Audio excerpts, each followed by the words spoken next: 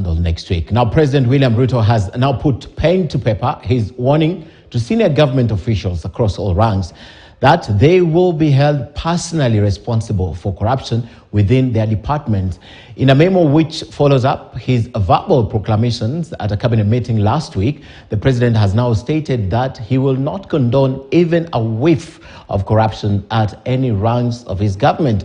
Now, this communication was issued on Tuesday by Chief of Staff and Head of Public Service Felix Koskei to all cabinet secretaries, principal secretaries, chairpersons of state corporations, and all CEOs of state corporations. All secretaries, cabinet secretaries, chairpersons, and CEOs of state corporations will now be held responsible for any breach of the legal and policy provisions governing the exercise of powers in the use of public resources. In a memo that was issued on Tuesday by Chief of Staff and Head of Public Service Felix Koskei, those in charge of managing public resources will take personal responsibility for any loss or misuse of resources. I will take personal responsibility on the accountability of resources of the people of Kenya. Ile pesa yenu, ushuru ya wananchi wa Kenya, pesa wananchi wa Kenya wametoa kwa jasho yao. Hakuna mtu ataiba.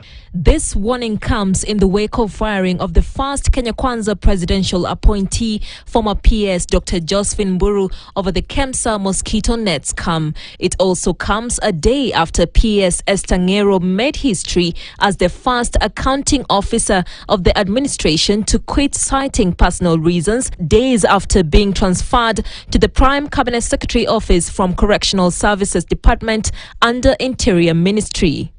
Part of the memo reads, and I quote, "You are strongly advised to take special note of the specific constitutional and legislative provisions relating to each of your offices and to ensure compliance within your respective institution. His Excellency the President expects unwavering fidelity to the Constitution and to the people on whose behalf you are managing public resources."